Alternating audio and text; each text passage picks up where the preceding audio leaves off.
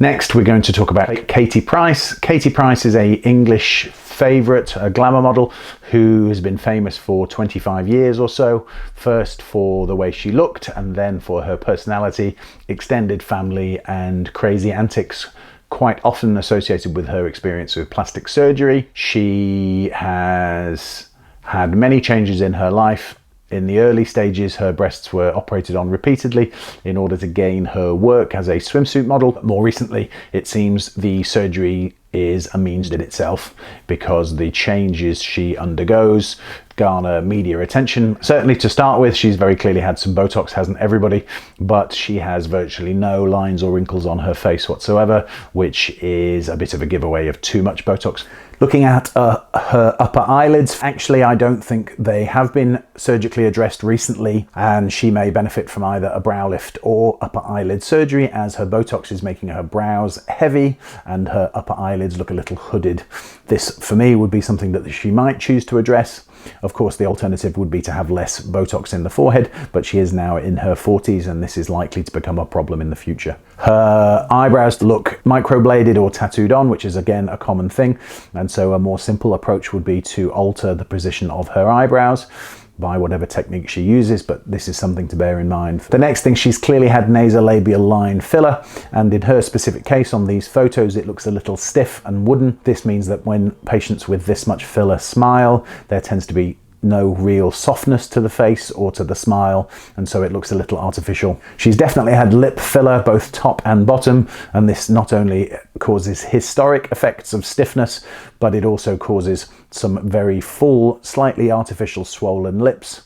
In the white female, the standard lip distribution is 1/3 vertical height in the upper lip and 2/3 vertical height in the lower lip, and Katie doesn't seem to demonstrate that at all, much more 50-50, which is a classic sign of lip filler. For me, multiple episodes of lip filler can be a problem because the stiffness the filler and the injections cause can be permanent. So be aware that multiple episodes of lip filler is not a temporary solution to lip volume loss. The next thing is quite obvious, and that's she's clearly had a recent lip lift. Now, you can tell this because there are photos of her with a new scar in this area, but an absolute classic giveaway is before her surgery, she didn't really have enough vertical lip height to give away, but a lip lift trades vertical skin height for increased teeth and lip show.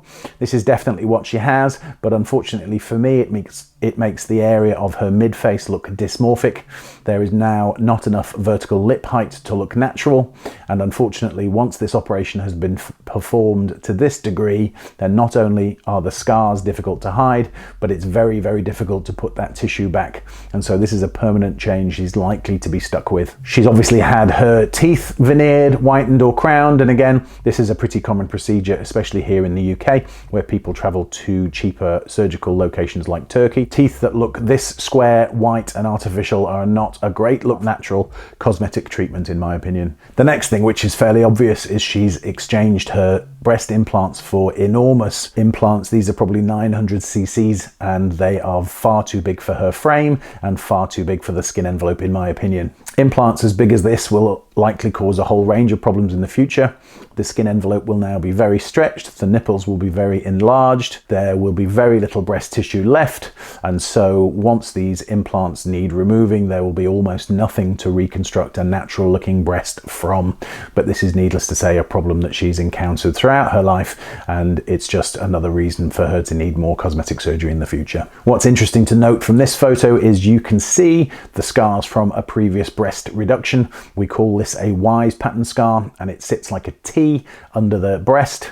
This is where she's previously had implant surgery, had large implants removed, and then had the skin and breast tissue envelope tightened.